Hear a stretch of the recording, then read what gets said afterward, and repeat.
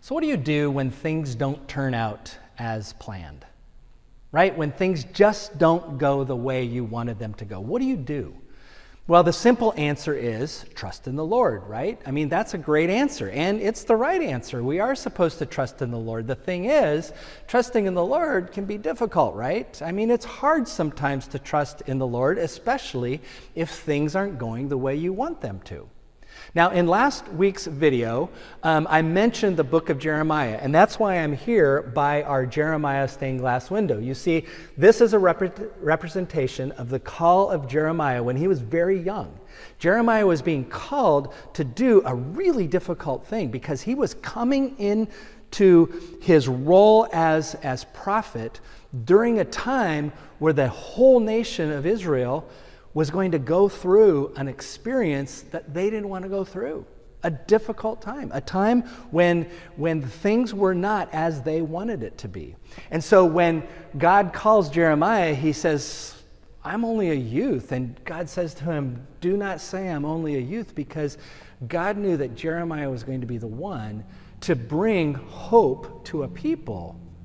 But he knew too it wasn't going to be easy.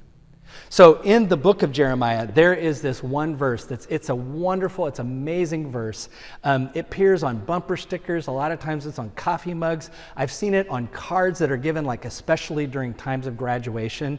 And it says this, it's Jeremiah 29:11. It says, "For surely I know the plans I have for you, says the Lord, plans for your welfare and not for your harm, to give you a future with hope." I mean, that's a great verse, isn't it? It makes a great coffee mug. It makes a great greeting card. The problem is, you got to read it in context to fully understand the power of this verse. You see, here's the context. So Nebuchadnezzar, the king of Babylon, comes in, his army sweeps in, and it completely destroys Jerusalem. And he invades Israel and destroys the temple, and then some of the more prominent people are taken off into Babylon to live in exile, and there's just this little remnant remaining. Now, during this time, there are other prophets who are trying to give the people hope, and the way they try to give people hope is they say, look, this is just a blip. It's only going to be a couple years, and then everything's going to be okay. Jeremiah says, no, that is not the message that God has for the people. In fact, Jeremiah's message of hope was one that carried with it the need to build a sense of endurance, because Jeremiah knew that this experience that they were going to experience was not going to just go away in a couple years. It was going to take a while for these people to be reformed into who God was calling them to be. And so Jeremiah's words of hope are words that carry with them, build up a sense of permanence, build up a sense of endurance, and find a way to be the community where you are, in the situation that you're in. Yes, it's not the situation you want, but in the situation you are in, find a way to be the people of God now, and know it's going to take a while. So this is what Jeremiah says. Let me give you a little bit more of the context in which Jeremiah writes. So he's speaking the words that were given to him by God, and he says this, Jeremiah 29, beginning at verse 4. "Thus says the Lord of hosts, the God of Israel, to all the exiles whom I have sent into exile from Jerusalem to Babylon, build houses and live in them, plant gardens and eat what they produce. Take wives and have your sons and daughters.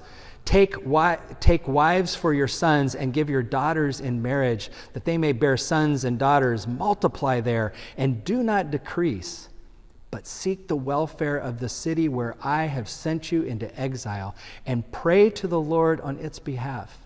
For in its welfare you will find your welfare. For thus says the Lord of hosts, the God of Israel, do not let the prophets and the diviners who are among you deceive you, and do not listen to their dreams that they dream, for it is a lie that they are prophesying to you in my name. I did not send them, says the Lord. For thus says the Lord, only when Babylon's 70 years are complete will I visit you, and I will fulfill to you my promise and bring you back to this place. Here's the line. For surely I know the plans that I have for you, says the Lord, the plans for your welfare and not for your harm, to give you a future with hope. Then, when you call upon me and come and pray to me, I will hear you.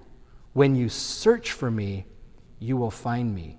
If you seek me with all your heart, I will let you find me, says the Lord. And I will restore your fortunes and gather you from all the nations and all the places where I have driven you, says the Lord. And I will bring you back to a place from which I sent you into exile. You see, the larger picture that Jeremiah is trying to say is even though things aren't going how you want them to go, God can mold you into the community that God needs you to be right where you are. Why? Because right where you are needs to experience God's presence. And when you do these things and when you trust and you rely on God for the long haul and not the short, God's community, God's presence is going to be found.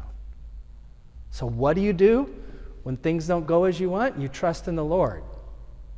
But you trust in the Lord for the long haul with endurance and strength.